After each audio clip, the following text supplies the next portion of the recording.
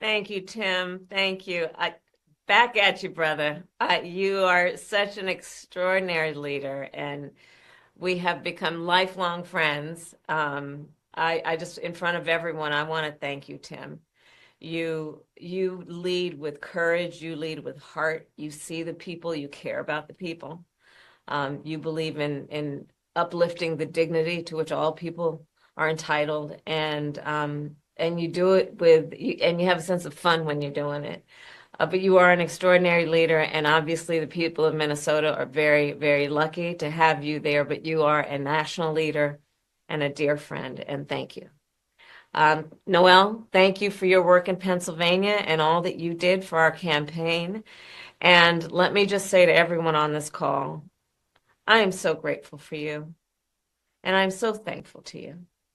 I'm thankful for your love of our country and your willingness to put the work into it. I'm thankful for the faith that you put in me and Governor Walz and our team. And I am thankful because I know your character is such that you're not going to get knocked down.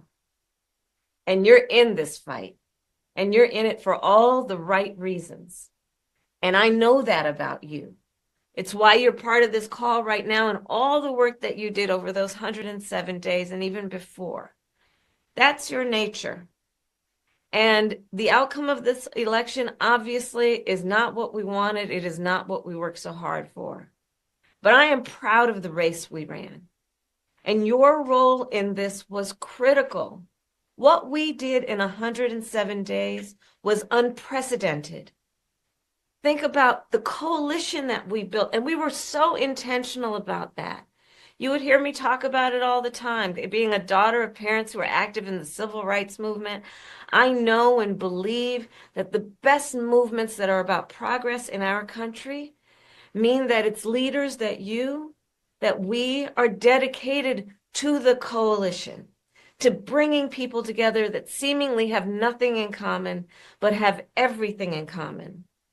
A coalition where we bring people together based on a deep love of our country and our understanding that the strength of our country will be a function of our willingness to put in the work, and that we will do that work with a sense of joy, yes, with a sense of work ethic and understanding it's going to be hard, but it's good work. It's good work to be engaged in a collective fight for America's future. And it means so much to me and to Governor Walz that you knocked on doors, you called friends, you called in favors. You said, hey, I showed up at your softball game. Now I need you to show up at the campaign office. You put in the time. It was personal for you. And you gave all that you could to support our campaign. Because of your efforts, get this, we raised an historic $1.4 billion, almost $1.5 billion from grassroots supporters alone, the most in presidential campaign history. Nearly 8 million donors contributed an average donation of about $56 to fuel our people-powered campaign. And understand that the work that we did included the work that so many of you here did, which is to talk to first-time voters. Many of you are first-time voters. And to talk about how being involved can make a difference. And that remains true. And that's one of the pieces that I just want us to please take away, that our fight for freedom and for opportunity and for the promise of America, it included, for example, nearly almost 4 million first-time contributors to our campaign because of the work you did of helping people know that they can be engaged and that they're not outside, that they're inside, that we're all in this together. And that work continues. The work must continue of reminding ourselves that we have an ability to stay engaged in a way that will make a difference. The work that you all did, it's going to have lasting effect. Again, I'll say, the election didn't turn out like we wanted it to. Certainly not as we planned for it to. But understand that the work we put into it was about empowering people. That's the spirit with the work we did. Our spirit and our work was about saying that it is a strength that we each have to lift people up as opposed to beating people down. It is a strength we have that has lasting effect. So all that work that you did that was about engaging with other people, engaging with perfect strangers and in their face seeing a neighbor, that has lasting effect. It reminds people that there are leaders like you who care and will bring us together. And sometimes in the darkest moments, people lose faith in that. Are there people out there that feel that way? And you reminded people that yes, there are. And there are a lot of us. And that strength cannot be taken from us. That is our strength. It cannot be taken from us. So listen, as I said the day after the election, I still strongly believe the light of America's promise will burn bright as long as we never give up and we keep fighting. And the fight that fueled our campaign, a fight for freedom and opportunity, that did not end on November 5th. A fight for the dignity of all people, that did not end on November 5th. A fight for the future, a future in which all people receive the promise of America? No. A fight that is about a fight for the ideals of our nation, the ideals that reflect the promise of America, that fight's not over.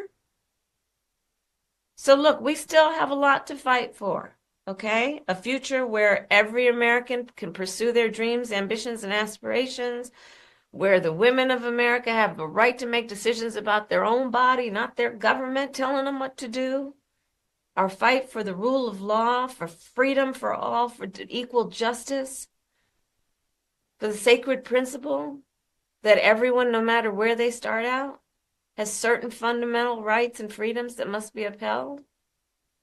That's not over. That fight's still in us, and it burns strong.